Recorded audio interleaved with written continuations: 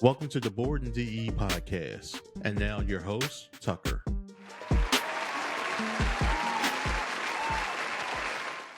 Okay. So first, how are you doing?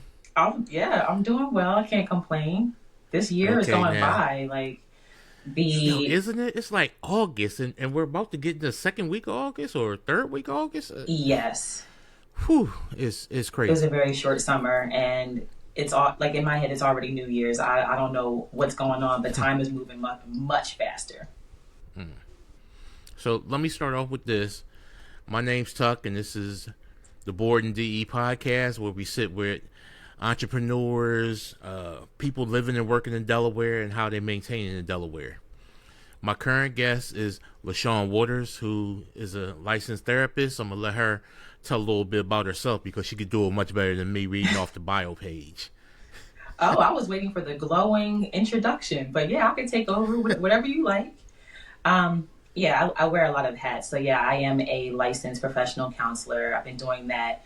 It's unbelievable to say it's been over 10 years now. So that dates me a bit. I also own a practice. So along with counseling clients, I also supervise other clinicians under me. So that's a job in itself. And I also counsel student athletes at Wilmington University, so that lets that athlete in me come out while also giving them like the clinical part of me also. So that's a kind of a cool gig. Okay, you said athlete. That's right. You were a basketball player, right? Mm-hmm. Okay, well, once a basketball player, always a basketball player. Listen, ball is life, and my son and I now can play with and against each other, so I love it. Tell the truth, do we be busting your ass? Not yet. No, it's coming though. I have this on video because I know that there's going to be a day where he actually does beat me. But right now he's 9, so not yet, not at all. I will shoot buckets in his eye, and I am unapologetic about it. I'm serious. Mom being hard on him. Mm-hmm. Who else gonna do it? He might as well get it from me first, and then he'll be ready for everybody else. Hey, ain't nothing wrong with that. I mean, it's gonna make him. At least he'll learn how to be competitive and, smile in the face of defeat, so to speak. Yes. He'll be humble with his wins and his losses. Yes. Knowing that at one time his mom was just shooting from the 3. He's, just tearing his behind up. And there's footage to show it. Yeah, we call that frustration tolerance. So if he can handle frustration now, then he'll be good to go in these upcoming games. Okay, cool. Now, I got a couple questions I just want to run by you. The first thing, because this is Bored in Delaware, so I got to ask these questions. What inspired you to establish Phoenix Healing Services, and how did your journey in mental health counseling begin here in Delaware? Got it. Okay, so that's 2 parts. Phoenix Healing Services literally came out of a struggle, and I needed a title that had some meaning, but also when clients join, they understand that my brand name is for a reason. So I like to help other people, help them rise out of challenges, and know that no struggle they can't get through. As far as my mental health journey in Delaware, it started here because I got my master's in clinical mental health counseling from Wilmington University. And so since I've graduated, they just never got rid of me, and they've given me all kinds of jobs at every level. But I've done everything from mobile therapy, where we've been in people's homes, which is interesting, and schools and all of that out in the community, to group practice where I was under someone else. I did some military counseling for the Air and Army National Guard. And then that's when I started my first private practice with a partner. And then once that dissolved, I came and just made Phoenix Healing Services. Now, I never heard of mobile therapy. Like you said, there was actual time you were going to people's houses to provide them therapy. Mm-hmm. I know that had to be awkward. Yeah. So yeah, it is, and I'll joke with you real quick. So the app that we're using right now also names a place that I was in Delaware doing mobile therapy. I was out in Riverside, and beyond there, I was, all kinds of places. But yeah, that was my first therapy job, so it really made you just stretch your wings right away. Yeah, because for those of y'all that's listening or watching, Riverside is pretty much a rough part of town here in Delaware. So, there's nothing, no relation to Riverside the company, but yeah, Riverside, Delaware is a little rough. It's a little rough. Yep, and I was right up in there, but it's rewarding because it was for the children and families, so it was good work to do to get my license. Yeah, now, as far as Delaware, does it have you on you're only licensed to do stuff in Delaware? Correct. Mm-hmm. Okay, but you can apply for license like if somebody from PA or I guess somebody from PA, if they came to Delaware, you could talk to them. Exactly. But you couldn't go to PA and conduct business or anything like that. So yeah, the license is kind of like state specific. Mm-hmm. It is, and a lot of people have a license that is in more than one state just for that very reason, especially in this area because the states are so closely, like geographically close that it makes sense to maybe be licensed in New Jersey, maybe PA, and just, have that variety. I've thought about it a few times of just getting that reciprocity, but it just hasn't been urgent. There's definitely a lot of work. A lot of therapists here, but surprisingly still a lot of work to be had here, even though there are so many therapists here. I was going to ask you that because, now that we're coming to a time where somebody seeking out therapy, especially a black male, it's no longer taboo because, it's been taboo because I'm kind of dating myself because I'm Generation X. So it was something that our fathers and grandfathers would never have thought of, like going to therapy. Yeah. It's like, nah, you're a boy, you're a man, you got to tough it out, talk it out. And sometimes, doing that, it would lead to creating other vices because you didn't have that outlet. So you trying to tough it out, you became an alcoholic. You trying to tough it out, you started doing substance abuse. You try to tough it out, you commit physical abuse with those that you love. So therapy is definitely a good thing, and I'm glad that the whole stigmata is kind of like lifted and it's getting to the point now everybody talks about therapy, but I hope the ones that's talking about it are actually doing it. Yes. Because a lot of people talk about it, and like I said, even myself, when I lost my parents, I did therapy for a little bit. The one thing I did learn from therapy is that you don't just look at one therapist. You have to kind of meet a couple to find one that really resonates with you. Because the first one I went to, I said, damn, I could just be talking to my homies. It didn't provide any relief or, I guess, for the lack of a better word, comfort. But then when I found one that I truly can relate to and open up to, that's when I started identifying things that I can control, that I can adjust to have a better quality of life. So yes, you definitely have to find a good therapist. So. Yes, no, that's exactly right. I mean, they even teach that in school, that everyone can have the skills as far as what they teach you, but it's really about that therapeutic alliance. Basically, would you really listen to that person, and do you two have a rapport? If you don't, even if they give you good advice, you might not want to listen because you might not just vibe with that person. So it really depends on the fit first, and then y'all can actually get some things covered. But without that, like you said, it might be just, you're not going to feel it, and you're not going to really get that progress. Yeah, because my whole thing with going to therapy, I was trying to find a resolution and a way to deal with the loss, because like I said, losing my parents, within a year of each other, that was the first major loss for my immediate family, like me and my sisters. My grandparents passed when I was younger, so those memories are a little different. And then you know, I've had aunts and uncles and cousins, and I even had close friends pass away, but never like the foundation, because my parents were married for over 70 years. Oh, God bless them. And they, you know, I was fortunate enough to be raised in a household with both my mother, my father, and my siblings. So, you know, once that architecture was broken, I really didn't know how to handle it, you know. I mean, And I yeah, didn't want to. who could blame you? And, you know, losing major people that close together, that can be really hard to, like basically, where do you even start with how to heal? You know, Right.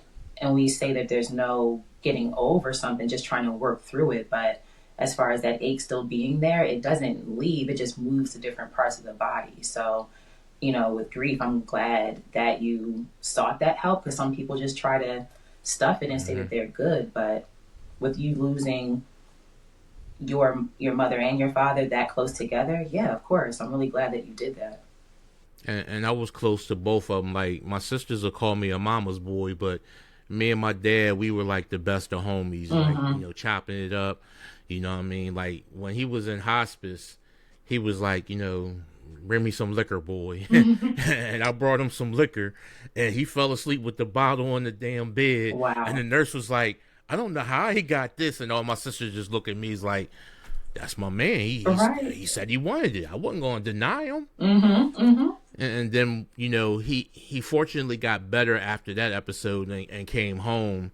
And then I would say a year later, we lost Mom unexpectedly. Wow. And then the part that, you know, I knew I had to go to therapy for was that I never seen my dad cry. I never seen him have an outburst. And he was in the mid stage or late stages of dementia. So when we all gathered around and told him that Mom passed away, the way he blurted out kind of just, it freaked me out. Because like I said, this man has been my rock. And I never seen him flinch or show any type of emotion. So that I had to go, you know, seek help on, because that was troubling, because I kept replaying that scene again and again whenever I had moments to myself or was quiet or something like that. But therapy definitely helped me get past that. Like, once I found a good therapist. Now, that's not to say the two that I saw prior to this one weren't any good, but it's just like it has to be a level of, you know, it has to be a certain level that you click. Yes. You know, like, I didn't want to feel like I was talking to a stranger. I wanted to feel like I was talking to a friend that can provide guidance, because a lot of people want to go to therapy and say they provide answers. I think they provide the guidance to you achieving that answer on your own, because no one situation is going to be the same for everybody else. Like, my answer might have been just getting it off my chest and saying it aloud. Right. Another person, they might have to relive the moment, but relive positive moments, like pull out the family album and go through that. So it was always different. So one thing I try to share with people is, like, when you go to therapy, you go for, you know, the guidance to the answer that you're going to find, but the therapist can't give you an answer. They can give you that guidance, and they can guide you through it. The rest of it is just truly up to you. Yeah, I tell every client, especially if at first they think that I'm just going to give them the answer, I say, I don't tell anyone what to do. I might make a suggestion. I might get a little more direct if, let's say, they're really in danger. Now I have to say, hey, don't do this. This is concerning. But beyond that, I give perspective and I give tools, you know, so there are some straightforward things as far as if someone says I am dealing with anxiety and I'm having breathing problems, I am going to give something practical that they can do, and that is more of a directive. But if they're looking for perspective, yeah, I'm more asking questions to see their mindset and see how they're thinking, and then we might pull out some like thought distortions if they are approaching it in a way that just sounds like problematic. Because basically you're saying you will provide an answer if you had any fear that they were going to hurt themselves or somebody else.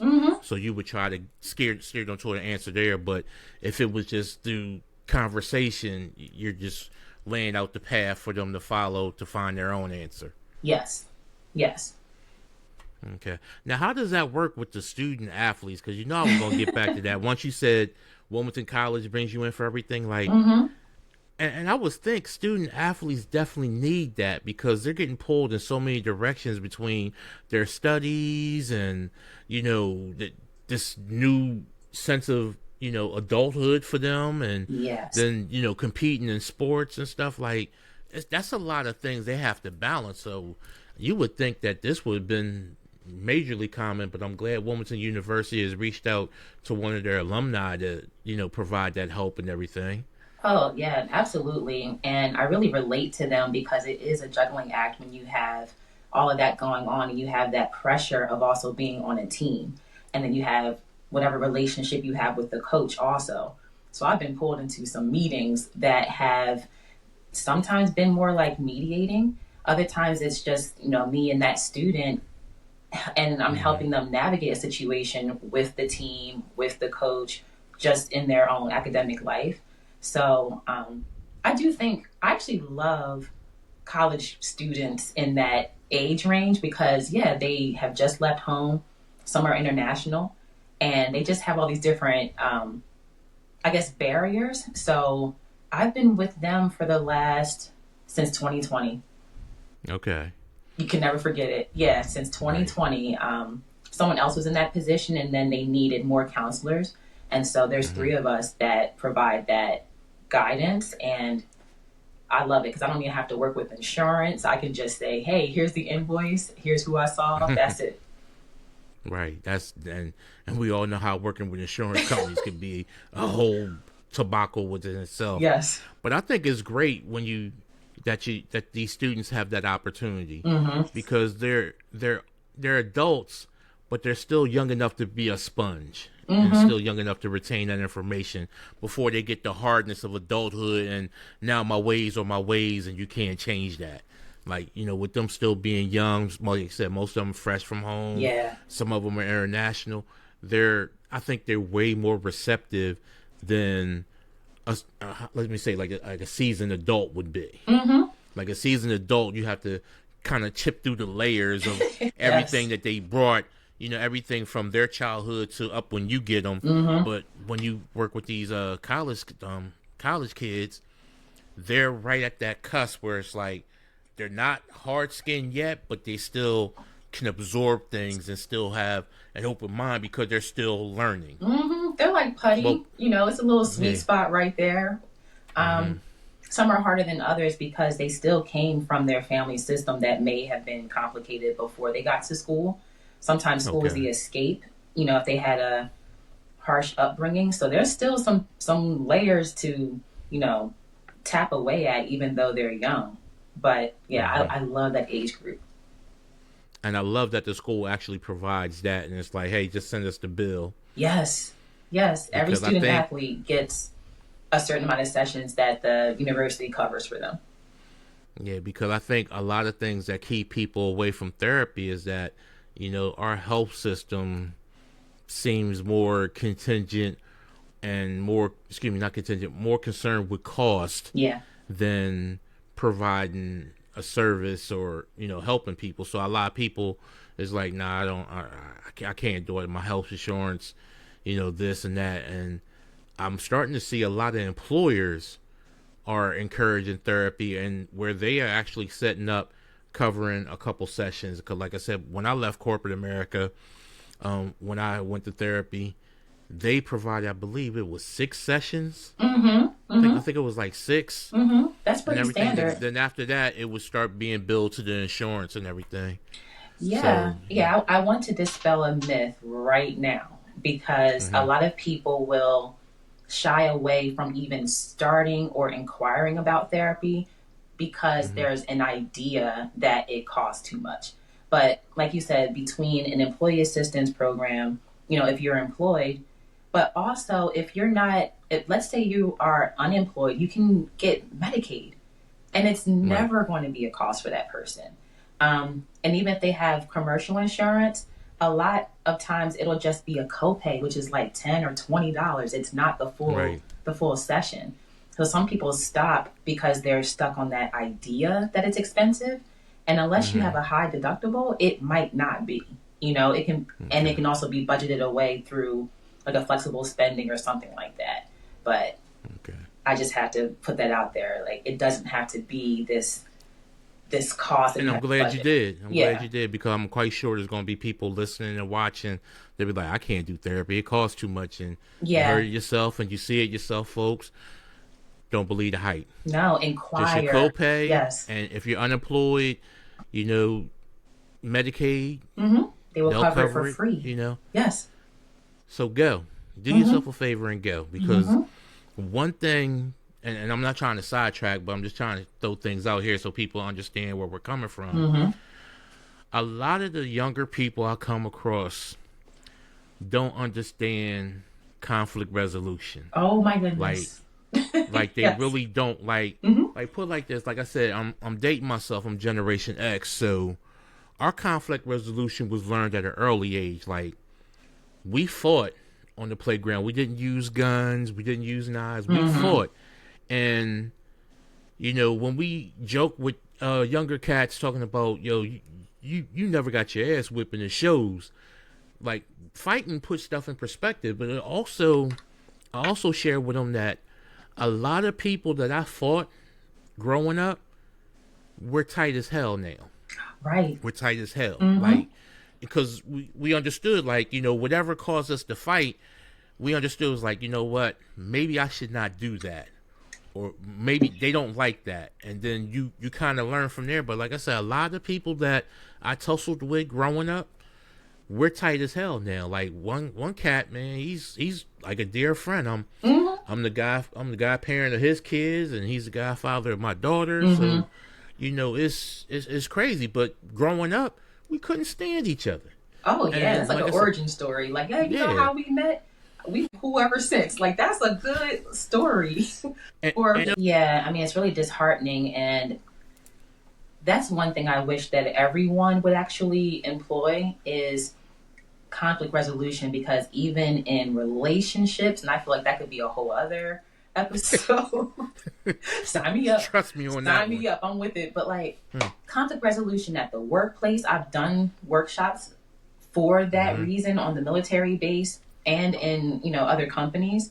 But there's going to be conflict no matter where we are. So if you don't know how to problem solve and work through it without flipping out, you're not going to go far. No matter what that is, your relationships. I mean, come on. So, yeah. Look, I won't say therapy for all, but I will say conflict resolution for all, because we all could use a couple of skills. That way we can move forward without taking all these hits.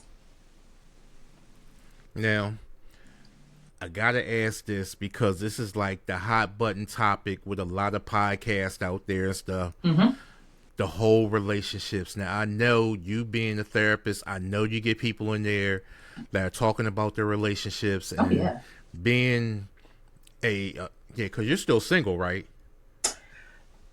Wow.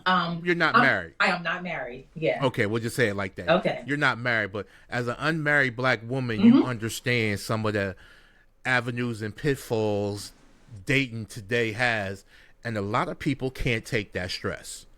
Right. And a lot of these podcasts, all they're doing is just putting salt in the wound. Nobody's giving answers. They're just putting salt in the wound. Like, oh, she don't go 50-50.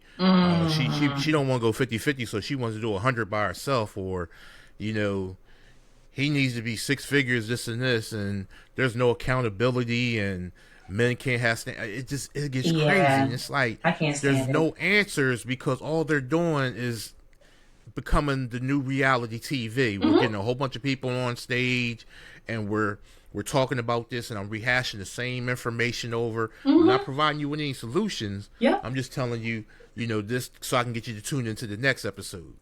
How do you deal with that as far as a therapist? Because I know you get a couple, I know you can't go personal or nothing like that, but I know you get a couple clients that's like, wow, you're making it harder than what it is, because your situation is your situation. What you see on TV and everything, don't don't get yourself wrapped up in that, and especially in social media. Don't get yourself wrapped up in social media, because social media, I keep telling people, is just the highlight reel. Exactly. You don't see the struggle. You don't see them shooting in the gym. Exactly. You just see the highlight reel. You're not here when I'm shooting these foul shots. Right.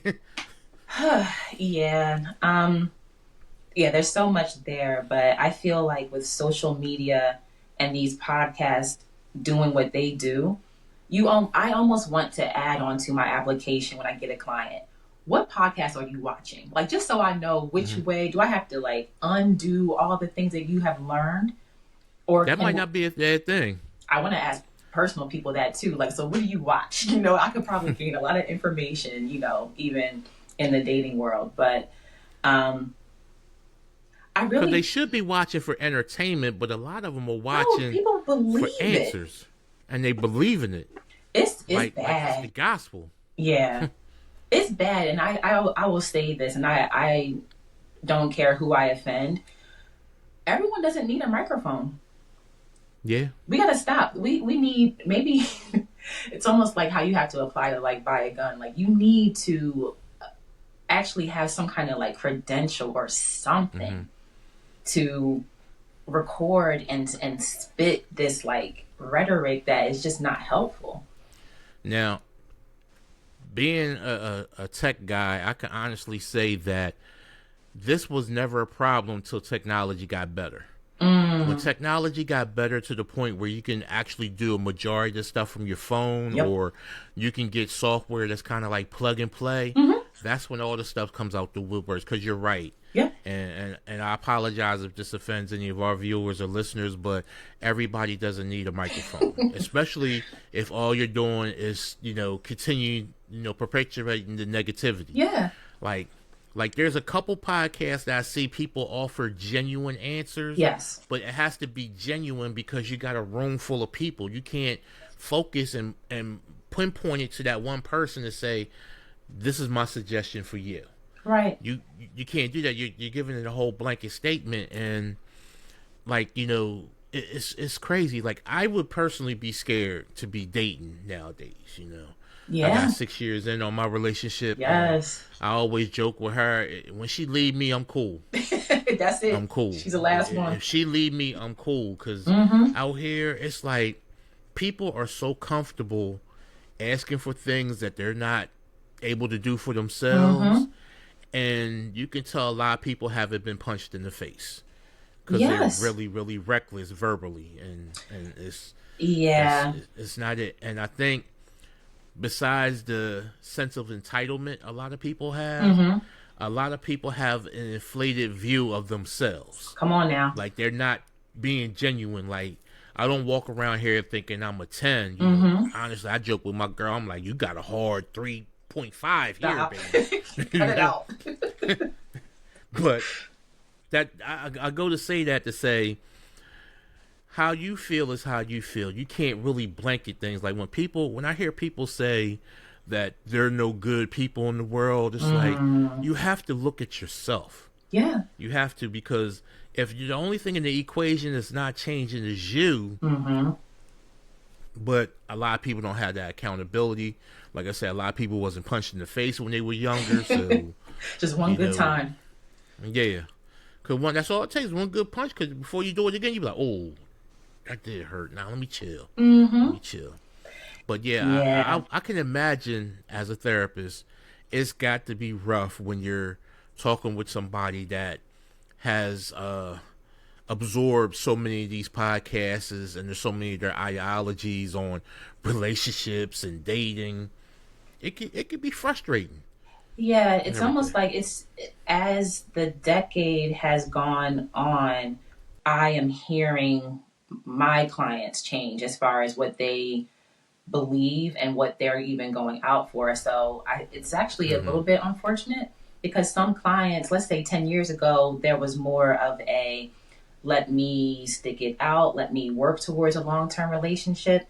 These days I'm hearing, well, it's just this, it's just that, he bought this, and the times are changing, but I don't know that I enjoy it, because I am more from I am not a millennium. I millennial. I am not that. I am a zennial. I'm on that apex where I didn't have my first cell phone until I was 19. There was no Facebook when I was in college. Thank God. So Who you telling? it came out right after. But I was a photographer, so I do got pictures Yo, for those that we went to school together. There are people. I got pictures. Yeah, there are people who have pictures and VHS tapes. We got VHS tapes. I'm like, don't you It'd dare. be a little granny with the timestamp and the date in the corner. Holding it up here. I'm like, okay, all right. Yeah. Luckily, I wasn't too wild. But because I'm from that era, I hear things from the 20 and even some 30-year-olds. And I'm just like, where did you get that from? And I have to be very careful as a therapist to not enforce my views onto them. But sometimes I want to be like, now, girl, sis, what we doing? But I still put it in a therapeutic way. And with some of my clients, they know if we have that rapport, they know where I'm coming from. Okay. I'm not trying to have them go out like that. If they say something outrageous, I'm like, he doesn't owe you anything. You just met him. So it goes there, but it's okay. I still approach each client with curiosity, wanting to know, where does that come from? How did you come to that way of thinking? Who hurt you? Because we're all acting from some place, whether it's hurt or enlightenment. Don't get me started. Yeah, I mean, I won't, but definitely, it's got to be definitely frustrating, which leads me to my next question for you. How do you unpack it, and how do you unwind? Yes. And do you? I mean, I'm sorry, I always give you these 2-part questions, so I'm sorry about that. It's okay. I'm trying to clock on. Yeah. And do you go to therapy? I'll answer in reverse. Yes, I do go to therapy because I take care of so many people through the week. And I like to publicize this so that it's not this, like you said, stigma and this big deal. But every good therapist, this is the saying, every good therapist has a good therapist. And if I am helping, 20 or more people per week, that is like having 20 different meetings about 20 different subjects every week. And that's 20 different personalities you absorb. Yes. And I truly believe in energy. Like I said, I was kind of against it years ago, but now I see what you put out, you get back. So if you got to give yourself those morning affirmations and those little pep talks and stuff, man, do that because all that energy counts. Yes. So for that 20 or more people, those hours, I'm going to take the 1 hour per week. That would be silly for me not to. And so, yeah, I definitely keep a person on deck, and I don't mind being public about that because I want more people to understand that I think the really good therapists know what it feels like to be in the chair, not just the therapist chair, but the client chair. And it makes things more relatable also. I also do a boot camp like 3-4 times a week. I work out with my son sometimes. I watch stupid things on television. I write poetry. I do all kinds of things. I have a whole list. And on one day I might feel like poetry, but on a different day, it might just be rocking out to music and just laying on the couch. Yeah, because I always wondered how you guys unwind after taking in so much. Oh, yeah. Because I remember incense. I got an incense on right now. Aromatherapy. Yes, a diffuser, lavender, lemongrass, sandalwood. Look, all that. Dry rubbing to get the energy off of you. Yes. Oh, wow. See, I haven't done that. I needed that back when I was in corporate world because sometimes, like I said, the stress there, because I could just imagine the stress a therapist deals with when people that work with people that annoy the shit out of you. Yes. And I can't punch them in the face. I got too much to lose. No, you cannot. So conflict resolution tells me I need to walk it off. Yes. Take a couple deep breaths. Come back smiling. It's not that serious. I'll be punching out soon. The clock, I mean, not yes, not a person, not a face.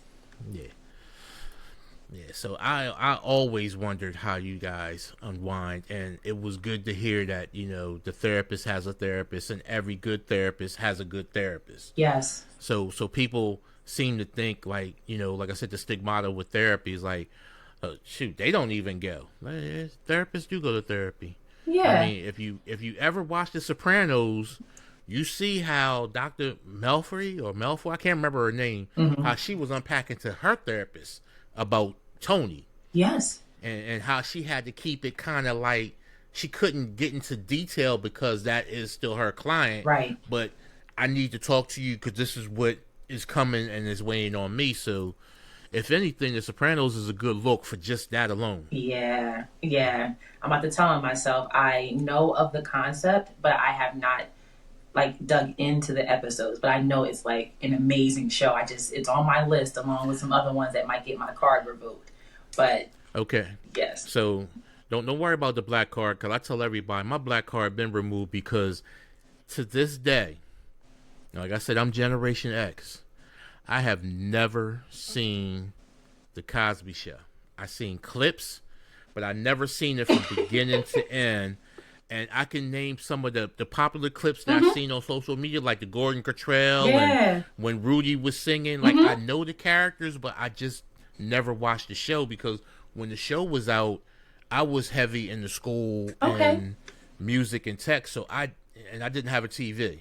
Got it. Okay. You know, I didn't have a TV, so I knew of it, but I never watched it. And people was like, even now, I said, well, around the time I was about to watch it, they pulled it because of the situation he was going through. Right.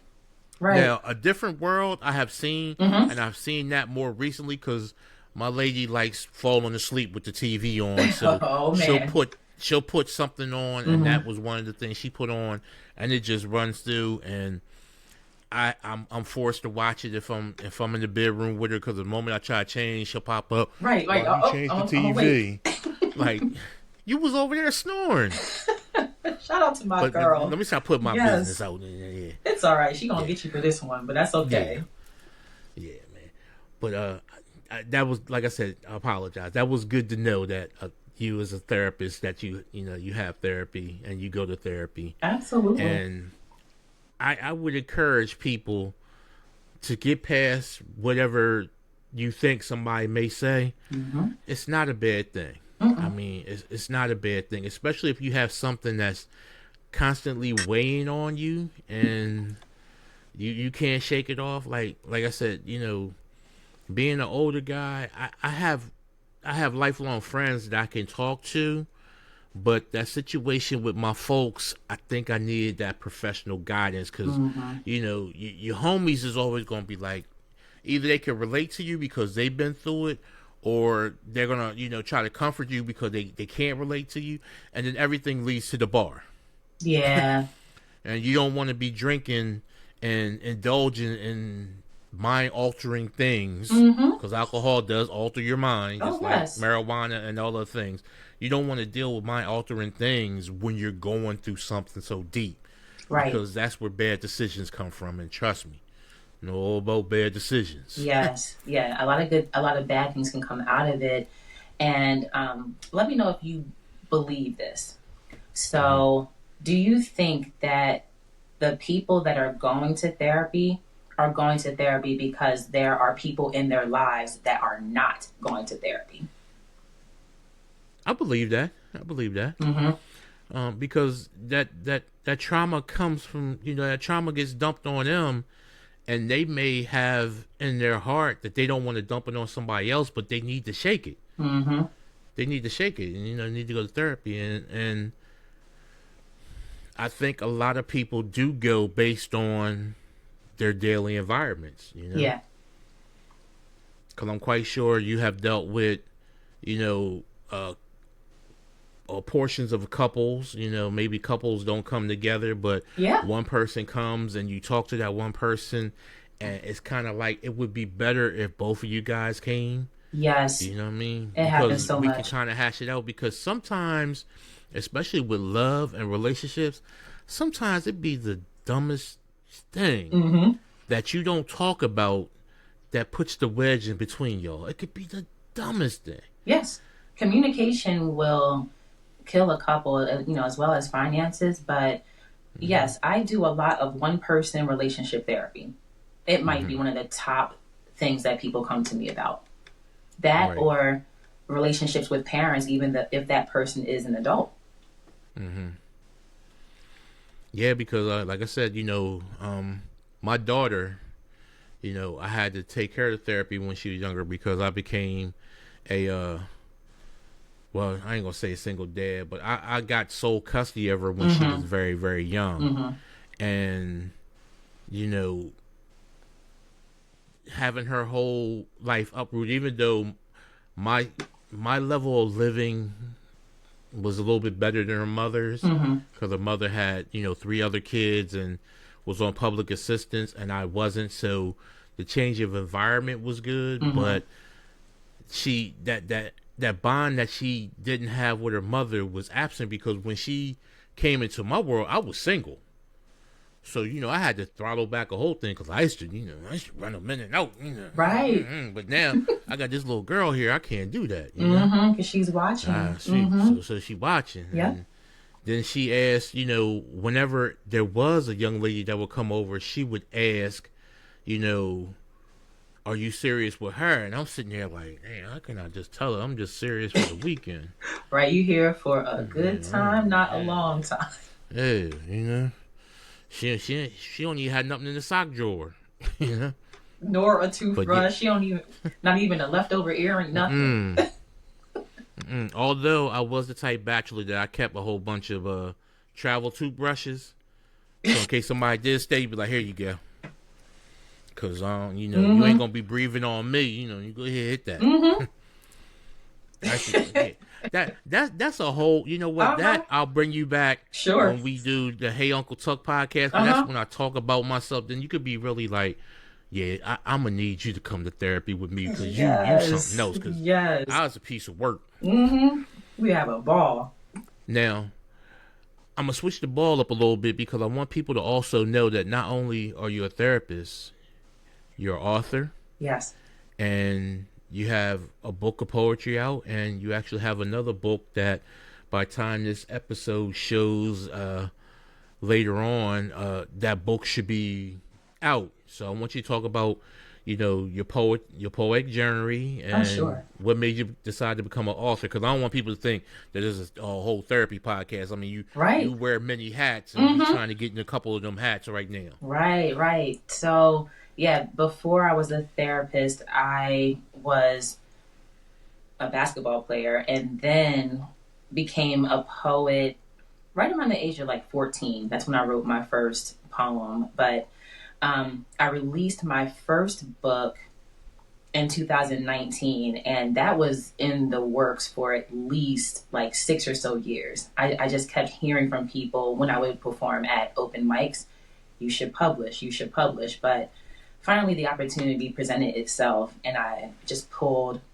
all of it's like a compilation on different subjects. So it started off with spirituality, and then some militant things, and then some sensuality, love, and just, different reflections. And so I was really, really proud of that. At the time, I thought it was going to be some kind of like trilogy where I just have that same title and then do 2 others. But because of all the growth that I came across in the years between 2019, so you understand the pandemic happens the next year. So, we all up here sitting with ourselves,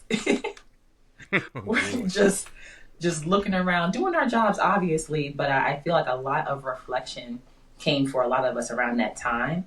And I really evolved mentally, but also more like the spiritual sense. So I am not going to say what the title is of the second book. The first one is called Evolution of a Butterfly's Truth. The second one, it more describes how we all need healing, and even for the strongest people who don't talk about their struggles, that person needs healing too. And so who you telling? It is like an attempt to put some really uncomfortable things on the table and then clear them out so that we can have this path where we are really healing and enlightened and just, operating at our highest potential. So I even say in the book that I think I have gone through certain challenges so that I can give readers like a cheat code of that you don't have to go through that same thing, but I'm going to tell you about it, get a little personal, and to make it relatable so that they can just, take the nuggets without all the pain and move forward. So yeah, that is it's a little bit of a pivot because it's poetry and like an inspirational message, and it just keeps volleying back and forth. But yeah, I'm really proud of it. That's been a long time coming, but as of last week, I gave up all of my materials to get it in print. Okay. And you said you're holding the name close. I'm holding the title until it actually comes out because, and we're not going to jinx ourselves. No. Well, also, and I'll talk to you about this, just from a promotional standpoint, but I want to give some little Easter eggs as far as the title, the purpose of it, all of that, and just lead up to the release and also the release party. Yeah, because I know A Butterfly's Truth was damn good. And oh, thank you. Fellas, she got some erotic stuff in there, too. Yes, I do. Just a little bit. Just a little bit. One chapter, but it's It had you scratching your head. So, yeah, you get that book. It's available, of course, on Amazon, right? It's on Amazon, and I like to also send it out myself because with Amazon, it can get a little tricky, but I am going to actually repackage it as an ebook because that's the one thing that I missed out on just with, pandemic and all of that. But I am going to repackage it along with the second book. Yeah, because that came out right before the pandemic. Yeah. Like 6 months. And I'm like, I had all these plans to do these appearances, and someone else from another bookstore wanted to have me do another launch. Like, so much got put on hold. But it's okay. It's still relevant now. I still do performances from that book. Oh, yeah, because I have seen you a couple times perform from the book. And yes, ladies and gentlemen, she will have the book with her. And she be like, let me think which one fits this crowd. Yes. And everything. Yes. And then she hits it, and she hits the note all the time, man. So, appreciate that. Yes, it's definitely a good vibe. And you said that book is A Butterfly's Truth, and you can definitely reach out to her website. We'll have the links in the description below. And do yourself a favor. It's a good book, and you'll find, I'll guarantee you'll find something to relate to yourself in that book.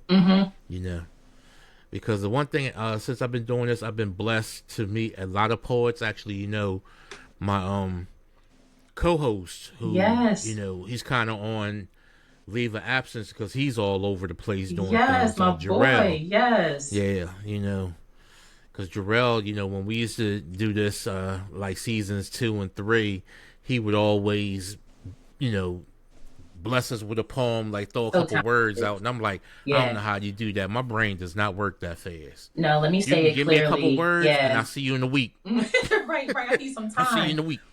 No, that he is gifted, and I have you to thank because literally after the interview we all did. So I think we were like in 2021. We've been friends ever since. And it happened in real time on the interview, which is like click, poet to poet, author to author, music, like it just good friend. Oh yeah, she sings a little bit too. Yes. Yeah, yes. She'll bust out in song. Every now and then. Especially if she got Best Kept Soul behind her. Listen, oh yeah, she'll bust out in song. Yes. Yes. Yeah, that's coming. I want to do that all over again with this this next book release, like performance. I want to do it all over again. I can't wait. Okay. Well, before we wrap up, I just want to get you to offer. I want to ask you this: what would you say to somebody that is thinking about therapy, but may not be ready to jump the fence on that yet? What advice can you give to them to kind of seek out and find the therapist that's right for them? Yeah, I would say one good thing to do is get a top 5 whether you go on Psychology Today or Therapy for Black Girls is a really good site, but get a top 5 that you want to reach out to, because some people vary on their response time. But if you like their profiles, I would say get that list, hit them all up at once, and really research their bio to see their credentials, how long they've been in it, and just be open to the process. Also, scheduling most therapists have a free 15-minute consultation where you can just discuss briefly what you are wanting out of therapy to see if you like what they're talking about before you actually schedule a session that is going to cost you. So that's really smart too, because you're getting a taste of that person without fully committing. Great. That's what's up. So I'm about to go ahead and wrap this up. I appreciate you coming on. Of course. Taking your time out. Again, everybody, I'll have the links to her website, her book, and everything in the description. And before I go, I need to ask y'all, if you haven't already, like this, share this, follow us. Just she's a good person to know. Now you won't get no text therapy. She'll talk to you, but she good people to know. I don't want people to think, I could text my therapist. That seems to be the next big thing. I see it online where you can do virtual and stuff, but we'll save that for part 2 and stuff. I appreciate all that you do, and it was great to find out that you actually are doing stuff with the youth, especially college students. And for the people out there, just consider therapy. Please. Consider therapy before you do something that is irreversible. That's all I say. Yep, I support this message fully. So this is BOREDinDE season 4. I can't believe I was doing season 4. Nice. After taking like a year off and stuff, season 4. So congratulations, that's an accomplishment, because it's not easy. Yeah, thank you. And I look back at some of them old videos, I'm like, ooh. Ooh.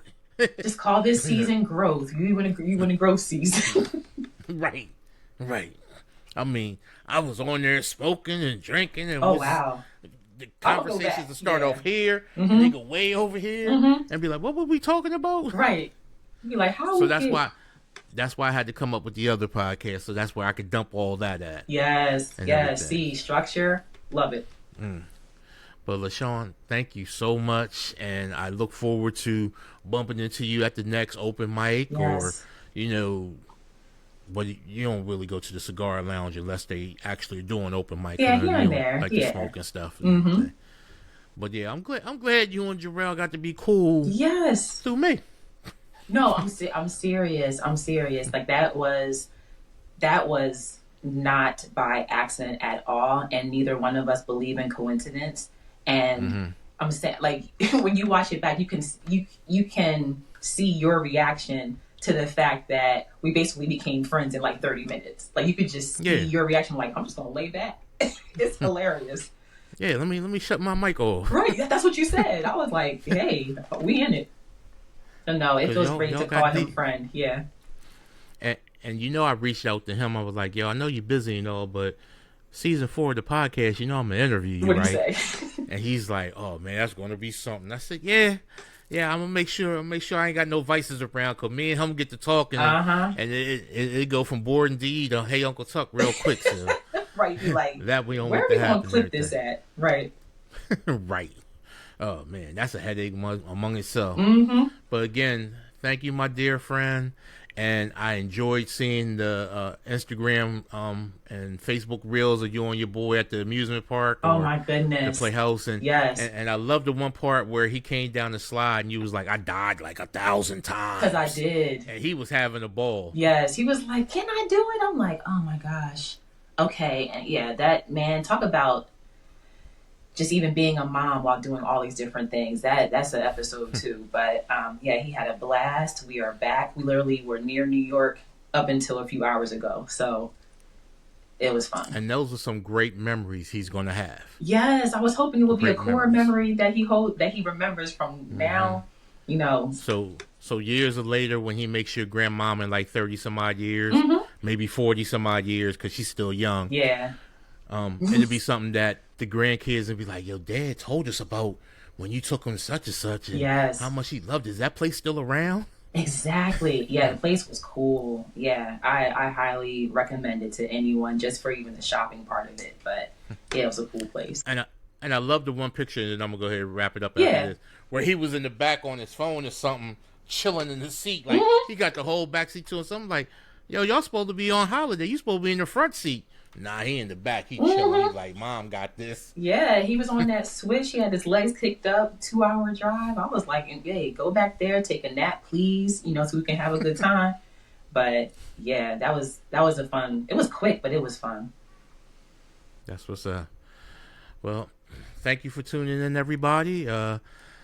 We'll have weekly episodes with a new guest every week, and if you haven't already, definitely visit the website, www.BOREDinDE.com, or for those of y'all that don't know how to spell that, you can go to BOREDinDelaware.com. You a fool. Because I had people say they couldn't spell it, man. I don't get it.